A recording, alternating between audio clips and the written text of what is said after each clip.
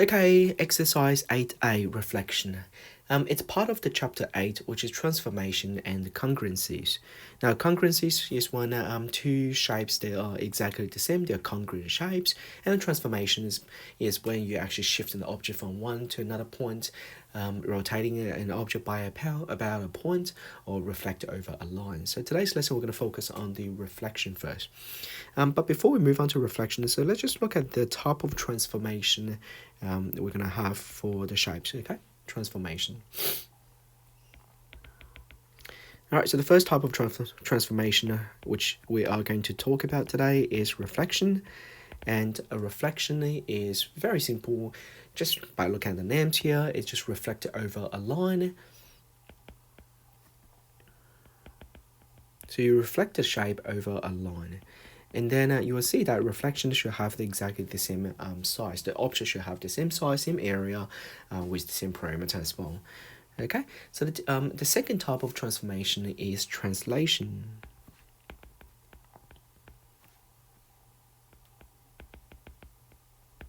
Alright, so translation is when you shift an object from one position to another position. Remember, translation, again, the shape is going to be the same, the size, the area, and everything is going to be the same. So they are congruent shapes, okay?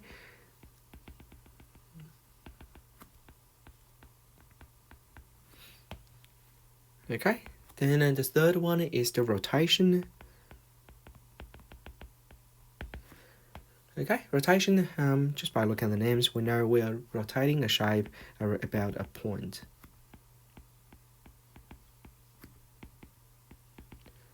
Okay, now all these three transformation is also called the isometric transformation, okay, because the object's geometric properties are not changed at all.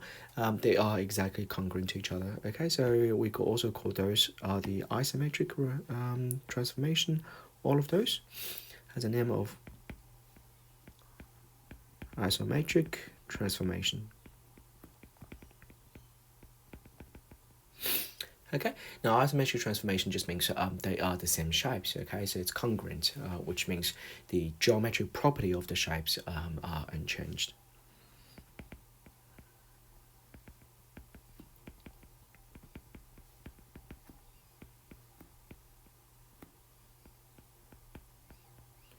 So after rotation, after reflection, and after the translations, you will see the shape is still remain the same, the area is still the same, alright? So that's why we call it congruent. Okay, there's one more transformation, which is not isometric transformation, but it's also part of the transformation here. It's actually called the dilations.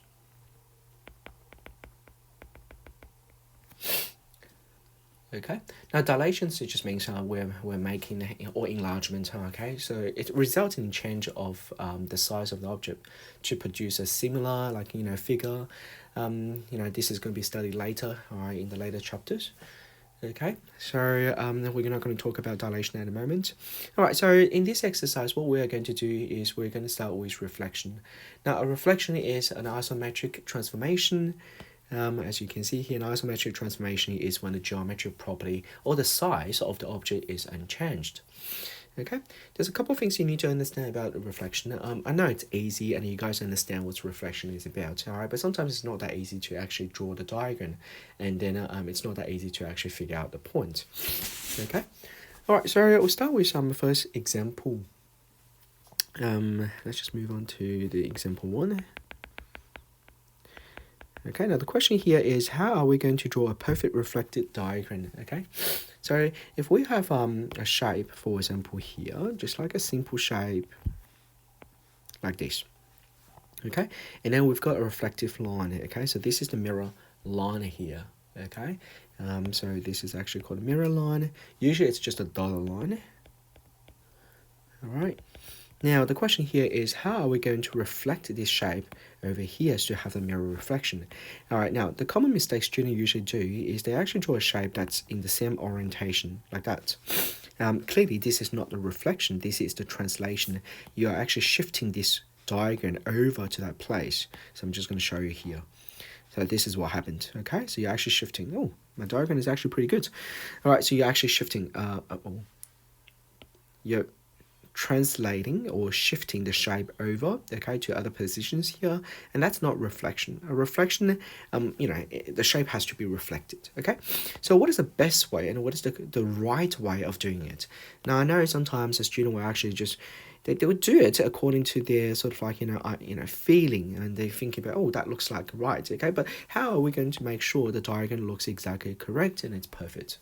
All right, so the first important thing you need to do is you do need to use your ruler, okay? I'm not kidding. All right, you need to use your ruler and you need to label the points, for example, A, B, C, D. We need to label those points, and all right, once we finish that, you need to use your ruler. Imagine this is your ruler here. You need to use your ruler and you pick a point. Usually it's the vertices, vertex of the shape.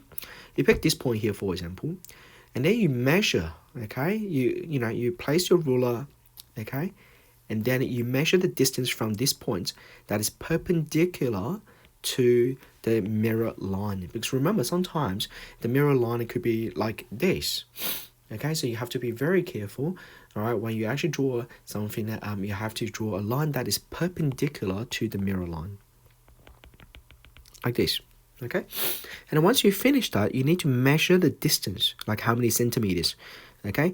And then what you need to do is create a same point or a reflected point on the other side of the mirror line. But remember, that has to be perpendicular, has to be 90 degrees. Now, if it's not 90 degrees, then your shape is not going to be accurate, okay? And once you finish that, you're going to donate this point and call that A dash, all right? So you know that's a reflected point. And then you do the same thing for the rest of the other points. Remember, 90 degrees, measure 90 degrees here, and then measure the size, and that's point D dash. All right, do the same thing for the remaining points, C dash, and obviously I'll try my best to actually draw roughly the same distance here, okay? And once you finish that, you just need to finally use your ruler to connect those points together, and you will get a very accurate diagram, okay? As you can see here, my diagram is slightly larger than the original one, just because I didn't use a ruler to do it. So that's the reason why the diagram doesn't look exactly right, okay? But please, all right, use your diagram, use your ruler, use your, and then measure the distance, and make sure it is always 90 degrees when you draw the reflective point. Okay, so this is what you need to do, and that's how you draw, a mirror reflection. All right, now this is okay. It's not really hard, all right? It's not really difficult when the shape is completely on one side of the reflective line. Sometimes you do get questions where the question becomes a bit tricky. Like, for example, okay, example 2.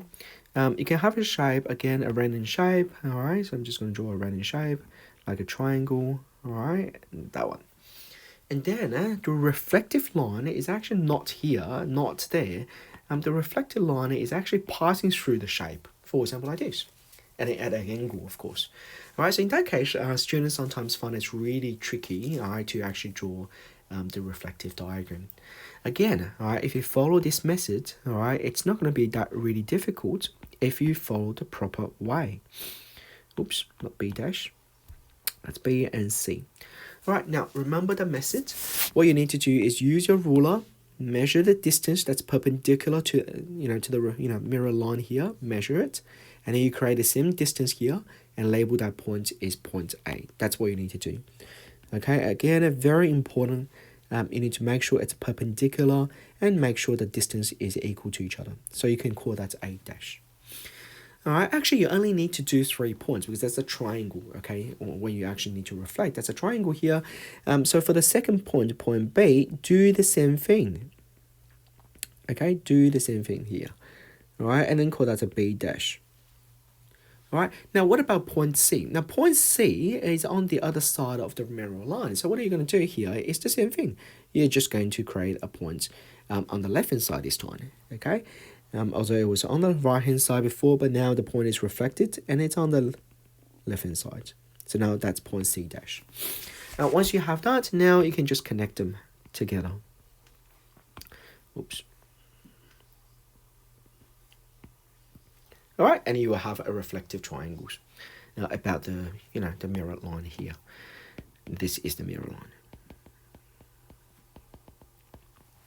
Okay, and that's how you actually do the questions here. Sometimes I feel like student can do this kind of diagram without any problem, but they are struggling with questions when the reflective line is actually passing through the shape. Okay, do practice the question from the exercise, and you'll get better, of course. All right.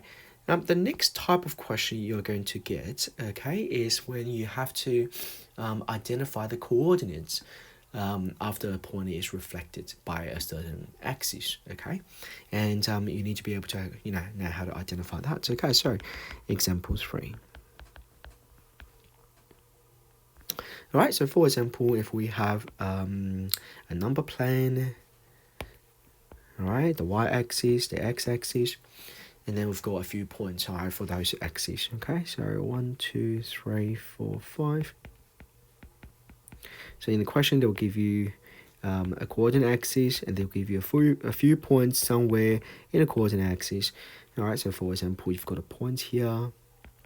That's point A. You've got point 4. All right, that's point B, which is 4 and 3. You do also have a point C.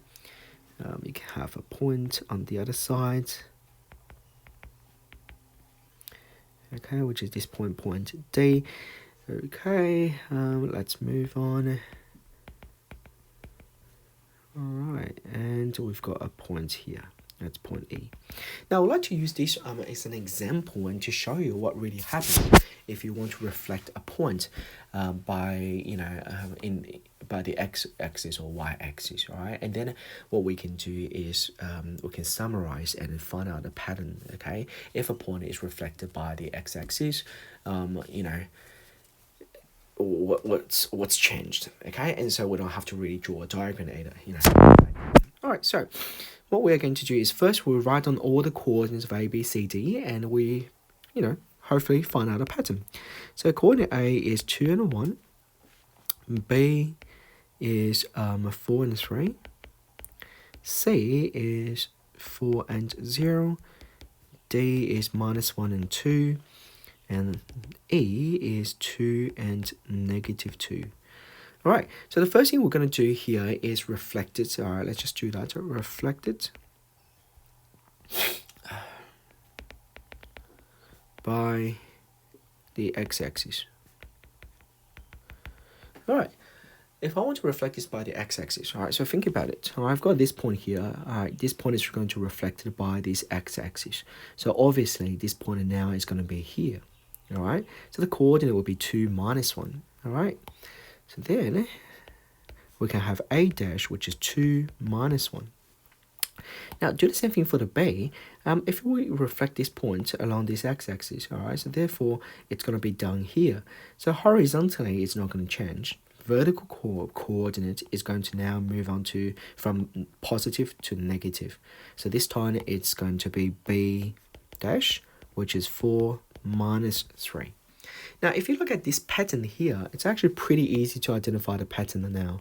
I hope you realize that the pattern is just, we just need to change this y coordinates, all right, from positive to negative, or from negative to positive later on. Okay, that's all we have to do. We keep the x coordinate unchanged, as you can see here.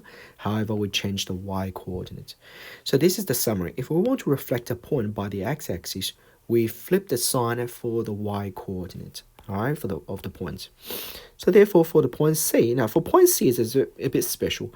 Point C is on this reflective line. So therefore, the reflective point is just going to be that point itself. All right, so for point C, it's still going to be 4 and 0. It does make sense, right? Because if you change 0 to -0, it still equals to 0. All right, for point D is -1 and -2. And lastly, for point E, this time, as you can see, the y coordinate for point E is -2.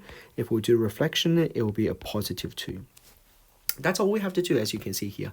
So all of this, all right, will be reflected by the x-axis. All you have to do is just change the y coordinate. So as a summary, what we can summarize is, if we want to reflect the coordinate by the x-axis, we change the sign of the y coordinate. All right, we change the sign of the y coordinate and we keep the x coordinate.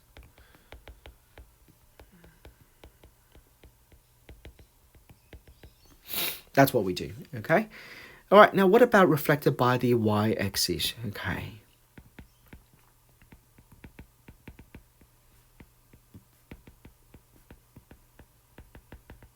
Okay, so the question is, what about if we want to, wrong spelling for the reflect. That's terrible.